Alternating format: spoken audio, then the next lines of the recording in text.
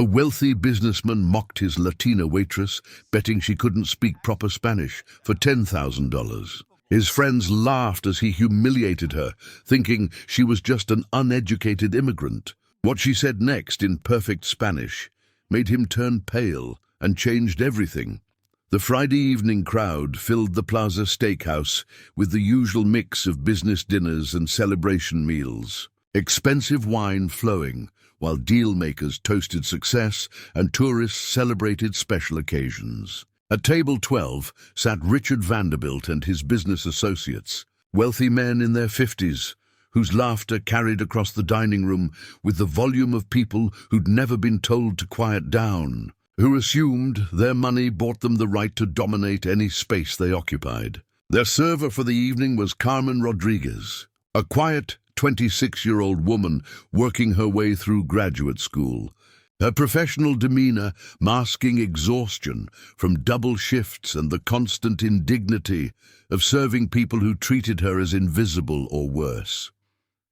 Richard had been drinking heavily, his earlier business dinner success making him expansive and cruel in the way alcohol amplified his worst qualities. When Carmen approached to take dessert orders, he interrupted her with a laugh that made nearby tables turn to look. "Hey guys, watch this," he addressed Carmen directly, his voice loud and mocking. "Sweetheart, I bet you $10,000 you can't speak proper Spanish. Not the street slang you probably grew up with, but real educated Spanish. What do you say? Want to try for 10 grand? His associates laughed on cue, the performance clearly for their entertainment rather than genuine curiosity. Another moment of making service workers into objects of amusement. Carmen's face remained professionally neutral, though something flickered in her eyes that Richard was too drunk and too arrogant to recognize as dangerous. She set down her order pad with deliberate precision. "Sir, are you genuinely offering $10,000 if I demonstrate fluent Spanish, or is this meant to humiliate me in front of your colleagues and other diners?" Her English was perfect, unaccented, which seemed to surprise Richard, though he covered it with more mockery. "Oh, she speaks good English too." Color me impressed. "Yeah, I'm serious. 10 grand if you can have a real conversation in Spanish. Not ordering tacos, but actual educated discussion. I bet you can't do it. Prove me wrong, and I'll write you a check right here." Carmen's response came in Spanish so fluid and sophisticated that even Richard, who'd taken 2 years of high school Spanish decades ago, could tell this wasn't basic conversation. She spoke for 2 full minutes, her words flowing with the cadence of someone completely comfortable in the language, clearly discussing complex topics based on the vocabulary and sentence structure.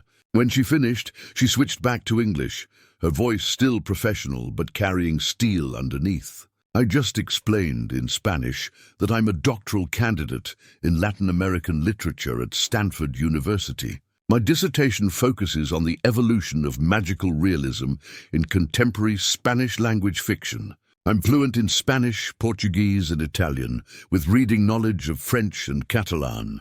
I work here 3 nights a week to supplement my graduate stipend. My family has been in California for 4 generations, and I just spent 2 minutes explaining why your assumption that Latina service workers are uneducated reflects more about your prejudice than our capabilities." The restaurant had gone completely silent, nearby diners having stopped eating to watch this exchange, some recording on their phones, all of them recognizing they were witnessing something extraordinary. Richard's face cycled through confusion, shock, and growing anger as he realized he'd been outplayed publicly. One of his associates, less drunk and more aware of social dynamics, quietly said, "Richard, you should probably pay her and apologize." But Richard's ego and alcohol made humility impossible. He pulled out his phone instead, trying to recover control. "I said proper Spanish. That could have been anything. How do I know you weren't just making sounds? Prove that was real, educated Spanish." A voice came from table 9, an older Latino gentleman who'd been dining quietly with his wife. He stood, approaching their table with dignified authority. "Excuse me, but I'm Professor Eduardo Mendez, chair of the Spanish department at UC Berkeley. I heard every word this young woman spoke, and her Spanish is exceptional, grammatically perfect, with vocabulary and syntax at graduate level. She discussed literary theory in Spanish, more complex than what many of my master's students could produce. She earned your $10,000, and frankly you owe her an apology for your racist assumptions. Several other diners applauded, creating social pressure Richard couldn't ignore even in his inebriated state. Richard's face turned red with shame and rage. The humiliation he'd intended for Carmen now reflecting back on him completely. He pulled out his checkbook with shaking hands, scrawling out $10,000 while his associates avoided eye contact, clearly uncomfortable with how this evening had devolved. He threw the check on the table. There, happy? Now leave us alone. But Carmen didn't take the check immediately. Instead, she spoke again, her voice carrying across the silent restaurant. Sir, I don't want your money. What I want is for you to understand that when you mock people based on their appearance or occupation, you reveal your own ignorance, not theirs. You assumed I was uneducated because I'm Latina and working as a server. You never considered that service workers might be students, artists, writers, people with lives and intelligence that exceed your narrow worldview. Keep your $10,000 and donate it to a scholarship fund for immigrant students. Maybe it will help someone overcome the barriers people like you create. The restaurant erupted in applause, diners standing to show support for Carmen's dignity and courage. Richard sat stunned and humiliated, his evening of entertainment having transformed into public shame. The restaurant manager appeared, having watched the entire scene unfold, and asked Richard and his party to settle their bill and leave, making clear they were no longer welcome. As Richard and his associates gathered their belongings and left quickly through a gauntlet of judgmental stares, Carmen returned to her other tables, maintaining her professional composure despite her hands shaking from adrenaline. Professor Mendez approached her before leaving, offering his card. Ms. Rodriguez, if your dissertation committee needs an additional reader, I'd be honored to serve. What you demonstrated tonight was more than language fluency. It was grace under pressure, and the ability to educate without cruelty when you had every right to be cruel.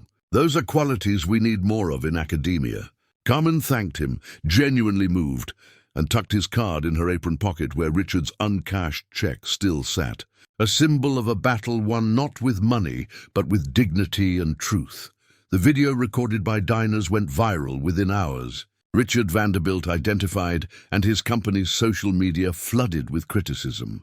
His board demanded he issue a public apology and resign from several non-profit boards, where his behavior reflected poorly on organizations. He eventually posted a grudging apology written by PR professionals, but the damage to his reputation was permanent. Carmen became briefly famous, interviewed by local news about the incident, using her platform to discuss the stereotypes service workers face and the intersection of class and race in how people treat others. But what mattered most to Carmen wasn't viral fame or Richard's comeuppance. It was the moment she'd stood up for herself and countless other service workers who endured similar treatment silently because they couldn't risk their jobs by responding. She'd shown that education and intelligence existed in places privileged people never looked, that assumptions based on appearance and occupation revealed the assumer's limitations rather than the assume's capabilities, and that sometimes the most powerful response to mockery wasn't anger, but calm demonstration of exactly why the mocker was wrong. The $10,000 check remained uncashed, framed on her wall as a reminder that dignity wasn't for sale, and some victories were measured not in money, but in the moment you proved to someone that their prejudice was their problem, not yours.